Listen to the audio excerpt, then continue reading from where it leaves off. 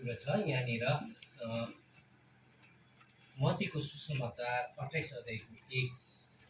यो 1ले चाहिँ अलिकति स्पष्टसँग हामीलाई यहाँ बुझाइदिएको छ तपाईँहरूले कति कुरो। अब विश्रामको दिनको अन्तमा साताको पहिलो दिन रिमरिम उज्यालो हुँदा मरियम मग्दलिनी र अर्की मरियम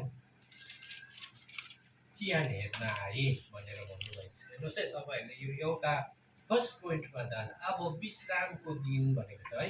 अस्ति तपाईँहरूले यो प्रभु यीशु ख्रीष्टलाई शुक्रबार क्रुसमा चढायो है, अनि उनलाई त्यही दिन रात त्यही बेलुका नै है एउटा कब्रस्थानमा लगेको कुराहरू हामी पाउँछौँ।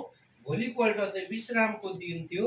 यहुदीहरूको परम्परा अनुसार चाहिँ त्यो दिन चाहिँ काम गर्नु पाउँदैन थियो है।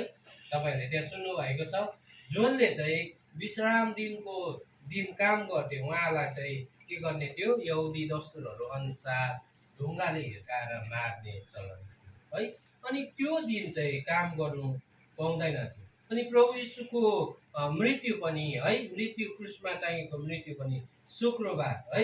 त्यहाँनिर हामी हेर्छौँ अनि उहाँलाई 3 दिनमा बौरी उठेको कुरोहरू भन्ने कुरोहरू छ है।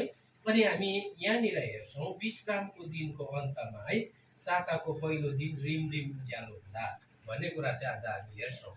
हो, हामीले कति कुरोहरू बाइबलबाट हामीले बुझ्नुपर्छ। बाइबलमा लेखेको कुरो छ भन्ने कुरोलाई हामीले मान्यता दिनुपर्ने कुरोहरू हुन्छ है। त्यसैले गर्दाखेरि आज हामीले यहाँनिर भनेको छ पहिलो दिन रिमरिम उज्यालो हुँदा भन्नुभएको छ है। मरियम र मग्दलिनी चाहिँ चिहान हेर्न प्रभु यीशु ख्रीष्टलाई त्यहाँ दफन दिएको है कबरमा चाहिँ हेर्न गएको थियो भनेर त्यहाँनिर भनेको छ है। अनि हामी आजको दिन किन मनाइरहेका छौँ है?